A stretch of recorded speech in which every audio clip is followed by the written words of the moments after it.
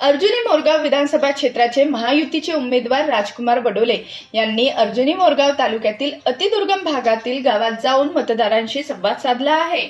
2009 पासून अर्जुनी मोरगाव विधानसभा क्षेत्राच्या प्रतिनिधित्व राजकुमार बडोले हे करत असून आमदार असताना सामाजिक न्याय मंत्री, राज्य पातळीवर अनेक विकास कामे केली, तर माजी आमदार असताना सुद्धा मतदारांशी नाळ जोडत त्यांच्या समस्या सोडवित असल्याने महायुतीतील राष्ट्रवादी काँग्रेस अजित पवार गटाने राजकुमार बडोले यांना या निवडणुकीत उमेदवारी दिली आहे।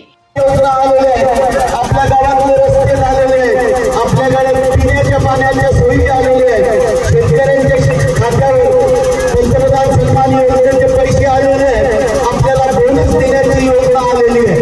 त्यामुळे आमची सरकार मागच्या वेळेस 20,000 बोनस दिलेला आहे। आता आमची सरकार या ठिकाणी येईल। राष्ट्रवादी काँग्रेस पक्ष, भारतीय जनता पक्ष आणि शिवसेना यांची सरकार येईल तर आपल्या सगळ्यांना 25,000 रुपये प्रति हेक्टर प्रमाणे बोनस देण्याचं आम्ही धोरण ठरवलेलं आहे। माझ्या या भागातला जो शेतकरी आहे हा आदिवासी समाज आहे।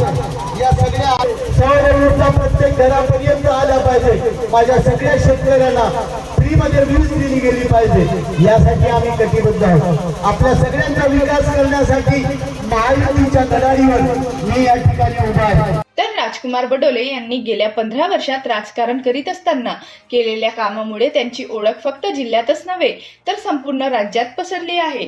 त्यामुळे येत्या 20 ऑक्टोबरला होऊ घातलेल्या विधानसभा निवडणुकीत राष्ट्रवादी काँग्रेस अजित पवार गटाच्या घड्याळ या चिन्हासमोरील बटन दाबून विजय करण्याचे आवाहन राजकुमार बडोले यांनी मतदारांना केले आहे।